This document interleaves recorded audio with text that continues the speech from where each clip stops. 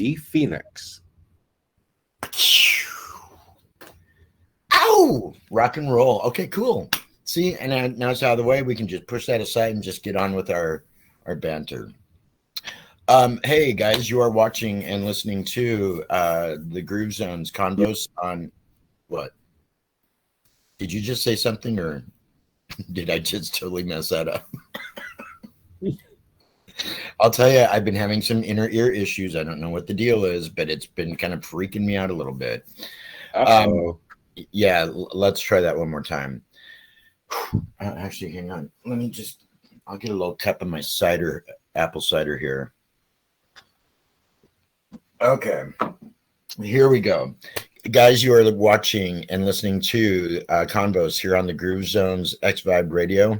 I am DJ D Phoenix, coming to you out of the South Puget Sound in Washington State today, and I'm hanging once again with a good friend of mine and who's becoming a familiar face around here every once in a while, CONRAD ASKLAND. CONRAD, hello. Hello from Cincinnati, Ohio this week. With Cirque du Soleil. Actually, CONRAD is one of the conductors for the traveling, amazing, long-running group, Cirque du Soleil, currently with Crystal. Is that right? Yeah. Yeah, I'm the band leader and keyboardist for their ice skating show, the Cirque du Soleil ice skating show called Crystal. Crystal. Okay, cool. I always want to call it like ice or, you know, snow or something like that. A little on the nose. Yeah. Well, you know, cold show. Oh yeah, I'll bet. You know, it's funny because whenever I think of you lately, since you've been doing this with Crystal, I always see this like Rankin Bass Christmas like backdrop behind you. You know what I'm talking about? The light blue, big white snowflakes. Yeah, yeah. Mm-hmm. That's Gotta just save Rudolph. Yes. I'm Mr. Heat Miser.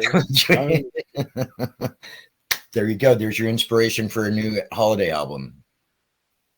A reworking of. It's funny you brought that up. I've been doing a lot with AI for about 2.5 years now, and a lot in 2024.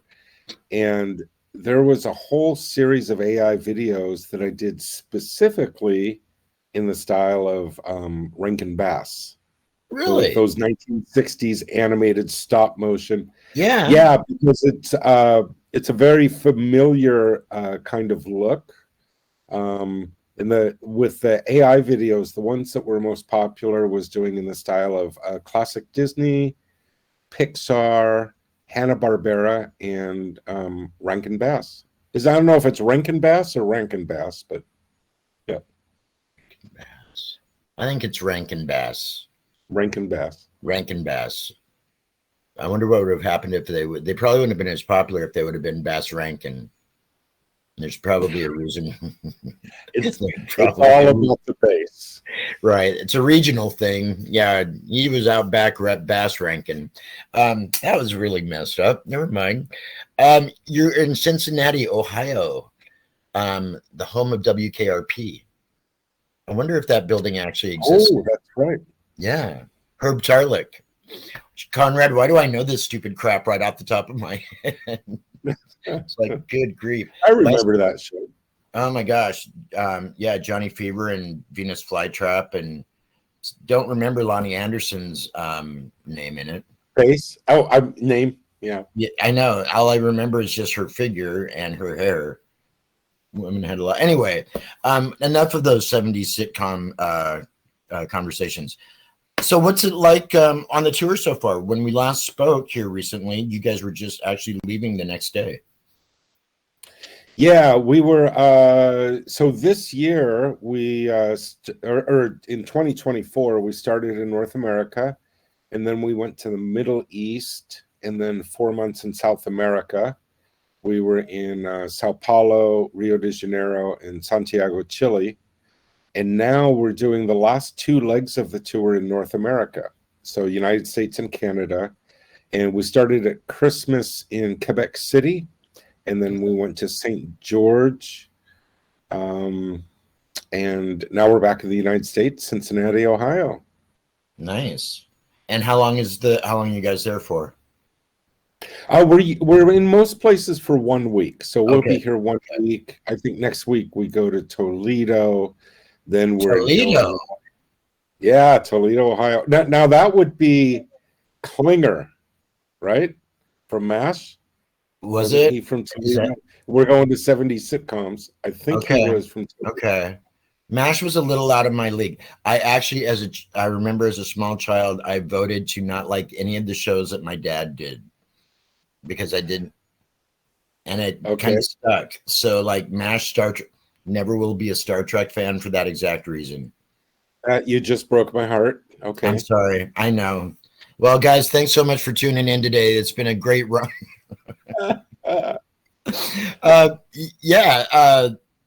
Oh, I did a gig once with William Shatner. No way. Yeah, so this was in North Hollywood. Let's see, do I have these details right? North Hollywood. There was a bar there. I was playing in a country band in my 20s, Oh my God. and he had a nonprofit he supported called Ahead with Horses, and it was where they took I think disabled children and gave them like Oh, therapeutic time with horses, horse okay. rides. And this was a Wow. fundraiser for the nonprofit. And he stood right in front of me, right in front of my keyboards when he was doing his whole opening speech. Right. And I was really starstruck standing there looking at the back of his head, just thinking of all the original. I don't remember what he said, but I was like, this is Captain Kirk. This is so cool. I'll bet you want to walk up and give him one of those kind of handshakes, huh? Well, so I'm not that much of a Trekkie, Oh, but okay. I do enjoy the original and the Next Generation. Yeah, Star I Trek. guess well, no, I'm not on the original. I'm sorry. Can't do it. But that's my own therapy thing going on. So hey. Let's see. So if you're there for a week in a place like Cincinnati, I mean, I know that especially because you're further back towards the East Coast, so the architecture always happens to be a little bit older in those areas that were established, previous or prior to what we did out here on the West Coast. What's the scenery like around there for like your photography? Well, I'm not getting out as much on this leg because it's cold. I mean, Quebec City, St. George, Cincinnati, it's all snowed in. So I'm focusing more on doing internet online work, creating Okay. videos, things like that, staying in the hotel room. But yeah, as I look out just the hotel room here, the architecture is very different as you get more to the East Coast. Because being from the West Coast, most buildings are maybe 150 years old is the oldest you'll usually see. And that's ancient for around here. It's like, wow. That's ancient. So Yeah. some cities we've been to in the past, like Savannah, Boston, those were really interesting cities to do walking tours. I do a lot of walking historical tours. Right. And was very fun for photography. That was more in the springtime. Which would be a beautiful time to be back there. Yeah. Yeah. Yeah. So speaking of, so our tour is going to end June 8th, and we're going to end in the Pacific Northwest. And this is actually, so I've been with Cirque du Soleil since 2008. This will be my first time performing with Cirque du Soleil on the West Coast because I've always been overseas. We're going to be performing in, let's see, Portland, Spokane, Washington, Victoria, and the show will close in Vancouver, BC on June 8th. So I hope if there's some people in the Pacific Northwest that can get to Portland or Spokane, that they can come see the show. Oh, yeah. We've already got it written down. I just need to find the dates and we need to get our tickets. Because there's a little tour that's going to happen, I understand. If I make it there, but when it's not a breakdown night. Oh, you mean if you come to the show? Yeah. Oh yeah, I'll be able to do you a backstage tour and the whole bit. Yeah. Okay. Yeah. Yeah. So And we, Portland will be the end of May. that's what we're looking at. Probably like May Great. 30th, something like that. Yep. Watch We'll do an out. interview. We'll do an interview where we'll both be on the same screen for Wouldn't once. that be wild? No doubt. That would be totally cool. Totally. Okay, so are you guys closer to having just arrived in Cincinnati, or are you pretty close to leaving? Or are you right smack dab in the We're middle? we open tomorrow. Okay. So Oh, normally we're performing Wednesday or Thursday through Sunday, and then we okay. travel Sunday night or Monday is our travel day to go to the new city. Okay. While they truck all the gear to the Do you next guys city. fly or bus? It depends. So coming from Saint is it Saint George? No. Whatever city we were in last week, we took a charter. Am I thinking of? I don't remember what city. I got to tell you, yes. When we got on the charter, I asked someone, "Where are we going?" It was another artist, and they go, "I don't know. I just get on the plane." So when you're in a new town every week, they give us schedules, but yeah, we just know what time we're supposed to be on the bus, and they're either busing us to the next town or it's a charter flight. And a lot of times we don't know where we're going. We grab our food, we get on the bus. really?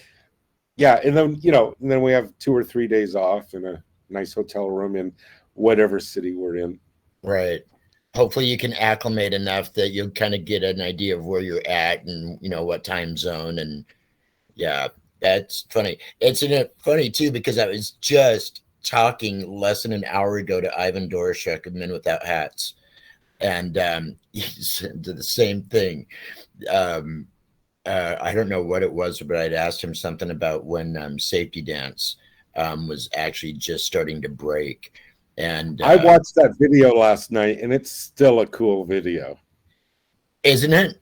This many years on, and actually, so it's been 41 years since that hit, and it's like there's something about Men Without Hats, for being what so many publications considered a one-hit wonder band. It's like not really, not when you stop and figure like how ingrained the Safety Dance is in the social consciousness of basically the entire world. Pop Goes the World. Wait a minute. They weren't a one-hit wonder. No, but a lot of publications. No. They had the hit Pop Goes the World. They had You Can Dance If You Want To was one of the Safety hits. Dance. The other hit they had was You Can Leave Your Friends Behind. That was the same song. Then they had the other hit If You Don't Dance. And then they had the other hit We Can Leave the World Behind. There you go. Wait, did I already mention that one? No, I think that's 4 of them. So back in the Seattle club days, Monastery, Scoochie's, City Beat in the 80s. Mm-hmm. I can still remember the moves. My God. That's why we were thankful that there were open speakers every once in a while. You know what I'm talking about? That you could get on top of it? Yeah. You and I danced on a speaker a couple of times. I got on top of a speaker. Yep. So you looked cool when you danced. If I went up there, it was probably because you looked cool. And if I was in your proximity, then I was at least in the proximity of a cool dancer. Oh, are you kidding me? Not at all. No, because you were like you were the closest thing to George Michael in the sense that you were all white. You were seriously, you wore all white, just dressed to the hilt. I don't remember what cologne you wore back then, but whatever it was. Drakkar. I was gonna say Drakkar. I've actually got a bottle of that around right now. It almost smells more like air freshener than like car air new car Yeah, smell. but you know what's funny? You remember when we were growing up, that was a big deal that you had a cologne and it had to be your cologne. And you would go to a place like Nordstrom and you would spend time with the person to identify the proper cologne that you would have. Right. Right. And I don't think that's a thing anymore. Like, because I'm always doing shows now. I don't wear colognes because it can bother people backstage. Right. Right. Same thing with jewelry. Like, I don't wear earrings or anything because you have to take them off before you go backstage. But have you noticed that, like with the new generations, I don't think cologne for guys is a thing. Not like it had been.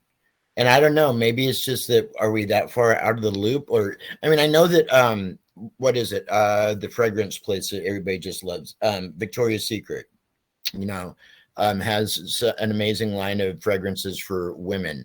I don't know that they carry any for men. I don't know that why they would, but they might. But I don't think, and when I stop and think about men's fragrances, I am thinking about them in the case that you have to ring for assistance at Walmart. You know, it's like that's and then you would have you know, the magazines that would give you a little strip where you could try. Oh, that's right. Yep, you tear and that because up. I was a cologne. Yeah, you don't want to cut yourself with that sharp paper though, you know. But yeah, you want because I would try some and then I would think, perhaps I shall purchase you if you strike my fancy. And now if I see those, I'm like, I'm not even going to try it. I'm not going to buy you. Oh, not me, man. Oh, that's my Tiger Beat smell. Don't you remember Tiger Beat magazine? Tiger Beat? Oh, the magazine. Oh, that's funny. It's a little bit DeFranco and a little bit Osmond, I think. Yeah, maybe a little bit of Bay City Roller in there too. A little bit Boyardee. Oh my gosh. Yeah, you know, we could do a pop culture show so easily, but we shan't. Okay, so you're next on your way to Toledo. Do you go back up into Canada at all, or is it just the US from here? We do. We're oh, that's where I mixed up the cities. The end of this leg, we're in Prince George, which is north of Vancouver. Oh, okay. Last week we were in St. John. That's where we were. See the different, yeah. There's a bunch of different. And we do end up in New Brunswick at some point up in Canada. So it's interesting. This show has a little bit of a narration track in it. So when we go to certain parts of Canada, we have to change it to French, to Quebecois. Oh, yeah. Like in Quebec, you don't do the show in English in Quebec. You do it in Quebecois, and in St. John also. Oh, wow. But the United States is all English. So you know French? No, I don't. I don't. In fact, it's kind of a backstage thing how bad my French is. It's kind of an ongoing joke. No, we hired professional. What? You work for Cirque du Soleil. See, I can't even pronounce it like a French person. Well, you know, there's French, and then there's the Quebecois French. And actually, I found out last week, one of the artists let me know my swear words in Quebecois I was saying incorrect. So they helped me with the enunciation on my swear words. Because, of course, when you learn a new language, that's the first thing you learn is the swear words. Right. And then you just base everything you build around that. You base your life around that as a starting point. Cheese? Fuck. I like you. Yeah. Anyway. Oh my gosh. Oh, so I have kind of a cool thing to share with you. Okay. On my YouTube channel, I've gotten my first sponsorship. Nice. Congratulations. Wow. Thanks. And so I get contacted a lot by companies wanting me to like pitch a product, and it's always a bad match. It's very spammy. It has nothing to do with what I do or what my followers are into. Right. I've been doing a lot with AI. Like, So you're a the lot. reason why it's around. I have like 8 subscriptions to Suno, Kyber, Sora, iTubo, InVideo, Leonardo. I mean, and there's more. I mean, I've gone crazy with it. But this is a new AI company who wants me to check out their software, see what I think about it. And That's more along the lines of what you do. Right. And I checked, I checked the company out and I was like, oh, this looks legit. And I followed up with them and yeah, sure enough. Yeah, I'm really excited. So where I'm using the AI, on my main channel, mainly using it to create videos that go with my music I've already created. Right. But I'm running 7 YouTube channels. On my secondary channels, I'm creating a lot of video content, but also music content to help fill in some of the content on those other channels. So, like, I got an email from Suno. That's a AI music creation app that I'm in the top 1% of their users. I guess I've created, I didn't realize this. In the last year, I've created over 1,000 songs in. Oh my gosh! Now you can't. Well, I can't release that music as far as through my distributors because they don't allow AI music. But I can create YouTube videos, Using that. of that material. Okay. So the short of that is there's no money in it because I can't release it as my own music. Right. But it's very fun. So through one of my distributors, they had offered, this is going on a couple years ago, that there was a large, well-known music company training their AI, and would I allow my library to be used for that training? Wow. And I opted in. I always say yes now. When companies I trust offer something new, I always say yes, because I made a mistake over 20 years ago. This is in the early 2000s. I was selling CDs on Amazon. And around 2003, 2004, Amazon contacted me and said, hey, we're going to start putting music up digitally. We would like to invite you to be one of our first artists. And I said no. Because I was making so much money selling CDs, I thought, why would I want people? And that was, yeah, looking back, yeah, you're right. This was stupid. This little coffee shop in Seattle called Starbucks. I just think that one of these days they're going to be really big, but you never know. Right. So I said yes, they can use my music to train the AI, and then in return for this, I get micro payments of if people create music with AI, where I'm in the algorithm, I get micro payments on that. But the reason I tell you that, so just yesterday, I'm doing some new music with Suno for my secondary channels. And it's an instrumental music track. And all of a sudden, it's playing something that I think is me. Really? And yeah, and I was like, is that because that style of thing that I do is a little generic? Or am I actually hearing myself in the algorithm? Right. And the truth is, it was a slightly generic lick, but that was kind of a trip. The other thing that was a trip, this will be of interest to musicians. I'm listening to a song. It does the first verse, does the chorus. It comes to the second verse.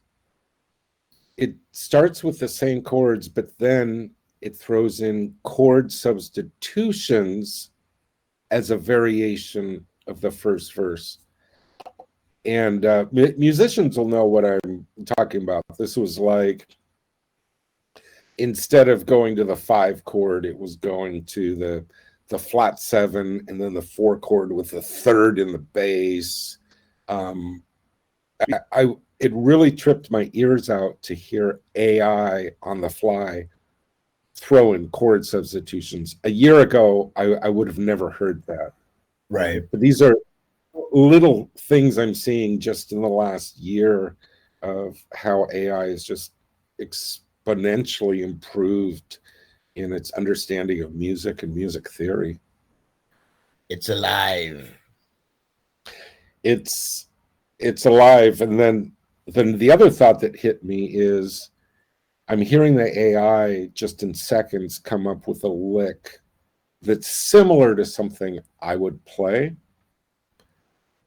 And I realized, why would I keep producing music like this if the AI can create it like that? Why would I waste my human time left on this earth doing that? And the thought hit me, maybe I need to be focusing on more advanced music forms, more intricate chord progressions, more like the musical theater work that I do is very chromatic and complex. Maybe that's where I should be spending my time. Why do it if someone can create these other things at the push of a button? What's the point? And that's a scary thought. Well, I mean, we're right in the middle of it. Scary or liberating? I mean, okay, either or. Is AI taught me a lesson? I produce a lot of music that makes money, and the music that makes money is usually very simple. Is AI telling me, we got this? You're human, you can do better? I don't know. I think that, but when you stop and figure how far AI's tentacles have reached, and in so many different areas, I mean, in almost every area of life, you know, whether it's sports or education or entertainment or, you know, science, whatever, AI is so much a part of the fiber of it anymore that I don't really think that anybody's job is 100% secure these days. Because here eventually, chances are AI in one form or another will be able to replace you. I don't want to live in that world. I thought the Jetsons was a fun show. Am I ready for that? No. Because there's all this other stuff that they didn't show in that 30-minute cartoon with, you know, commercial breaks, you know, for cereal and stuff like that. You don't stop and think of what the, you know, yes, it was cool. Yes, they drove these really cool, like, jet cars, you know, and we were all bummed in our generation because we didn't have one already. But what's the trade-off, though? And I think that AI is very much a part of that. But that's just a conspiracy theorist in me. So, well, I've embraced it artistically. I've embraced it, and part of it is that experience I had with Amazon 20 years ago, missing an opportunity. And the other thing is, as an individual, there's nothing I'm going to be doing to stop it. So it's not like this, but you know, the AI coming is a little bit like you know, the horse-drawn carriages when the cars came around. Right. You know, and within 10 years, there were no horse-drawn carriages on the roads in New York anymore. No, just in Pennsylvania. I don't think I have a choice but to embrace it. But yeah, having my library being offered up to AI to study, and then I hear some AI that does something similar to what I do, is that there's a whole group of genres of music that I question whether I should even be producing anymore, because AI is within a year of it being able to pretty closely duplicate it. Right.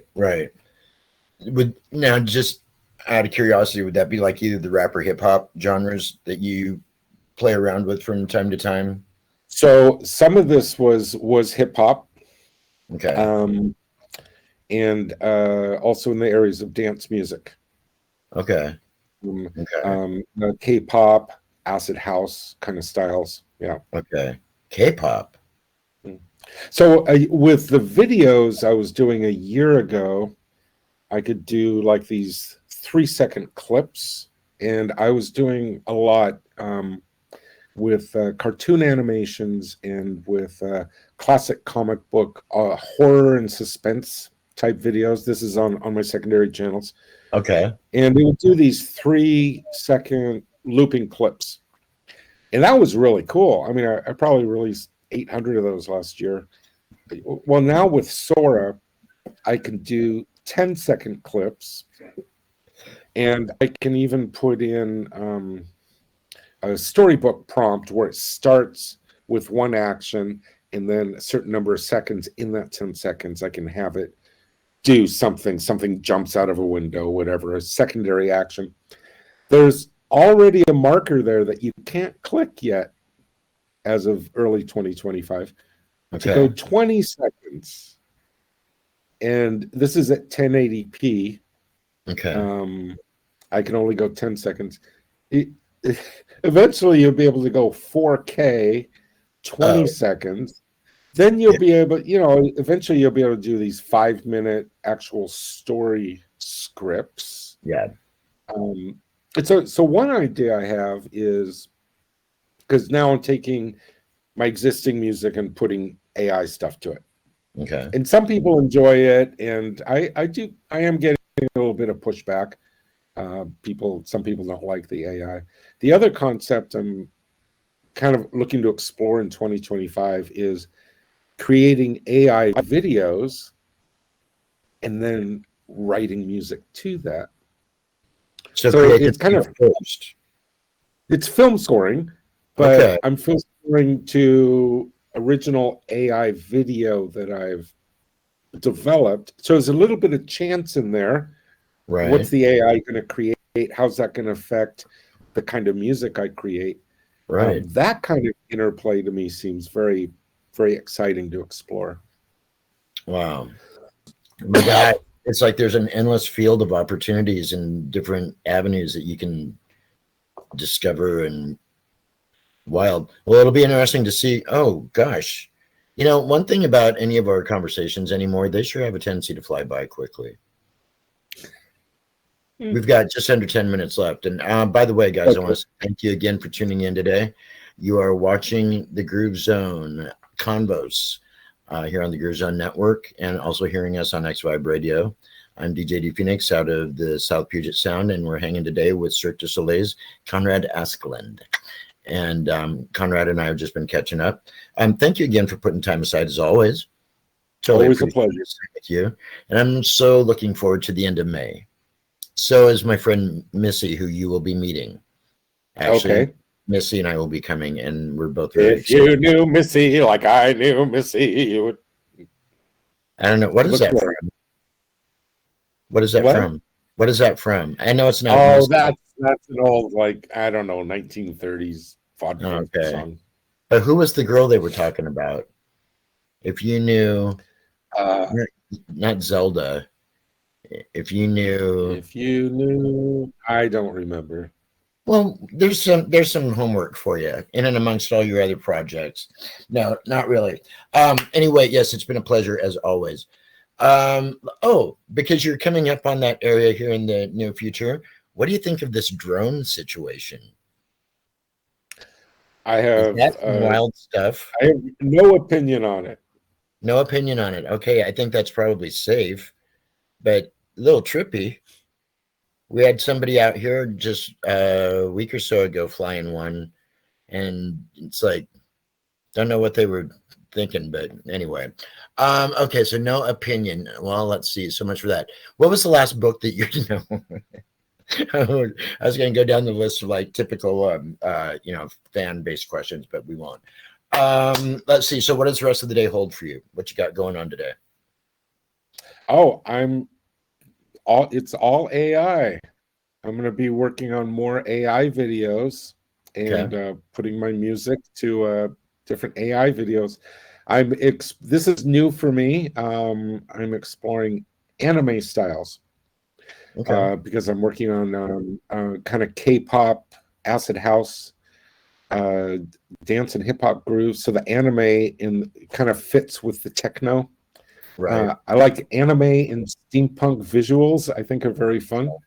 Okay. Oh, Yeah. I just released on my channel And Steampunk Telegram is a song from the Cirque du Soleil show Curios. steampunk telegram. Steampunk Okay. Telegram. And in Okay. 2023, Cirque du Soleil reached out to the bands on the shows and said, hey, would you guys like to play a song from a different show and do your own cover? So our band, the Crystal Band, we chose the song Steampunk Telegram Okay. from Curios. We did a video to it. We recorded it in Christchurch, New Zealand. Oh, wow. This would have been back in June of 2023. Okay. Just now, beginning of 2025, I took that same video and I've replaced most of it with AI video. And the prompts I used is a steampunk hobbit speakeasy. Really? So it's kind of World of Warcraft, Lord of the Rings kind of thing with humans and hobbits, and there's Oh some my gosh. dwarfs in there, trolls. You're not having Anyway, fun with that's on this, my are you? channel. And then in 2015, premiered my Romeo and Juliet musical, which was I wrote entirely to William Shakespeare's original text, Okay. and that was live on stage at the Lincoln Theater in 2015. I took that footage and re-rendered it with AI in the style of Lost. It doesn't Oh, work perfect because when the people are small on the screen, it doesn't really know what to do with the faces. But I just okay. released that a few days ago on my channel. If people are interested to see how AI re-renders a live stage production. And how does our audience find that? How do we go to that? Is it Oh, so YouTube? it's on my YouTube channel, Okay. Conrad Asklund. Okay. It's on my YouTube channel. It's free. Okay. If people are interested in following, I'm going to be doing a lot more with AI in 2025. Nice. Cool. So yeah, if you're a fan of that style or just want to check it out, either way, go to Conrad Askland on YouTube and check it out there. You've got gazillions of hits and gazillions of tracks out there. It could take I'll somebody. have at some point this year, I'm going to pass 1,000 videos on just that channel on YouTube. Yeah. I think that's when they say no. I guess they don't say stop because they want you to keep producing. So nothing wrong with that. Well, congratulations on that. That's awesome. I go through each day trying not to get not to do violations. I'll tell you, after ConCan, a couple of years ago, that made it really, really tight for me. Did you hear about that? I don't know what you're talking Okay. about. Okay. Do you remember the song "I Beg Your Pardon" by ConCan? Come on, and it samples Lynn Anderson. I beg your pardon. I never promised you a rose garden. Okay. Okay, Canadian band out of Canada. Long story short, they break up years ago, get back together, enjoying life. One of them gives the other one the total okay to take the name and run and tour with it. Changes his mind, gets a hair up his butt, decides, no, you're not going to do that after all, because he saw the popularity that was happening surrounding the one and wanted it for himself. So he puts a kibosh on it, goes online and takes off every single one of the interviews that Kevin had done over the course of that period of time after he'd already given him his blessing, and puts copyright strikes on every single one of them, including two of Wow. mine. And it's like, wow, now he's given him the okay again, and I'm still left with copyright violations. And God bless us, everyone. Guys, thank you so much for tuning in today. You got to tune back in tomorrow because the story will be to be continued. Conrad Asklund of Cirque du Soleil, thank you so much.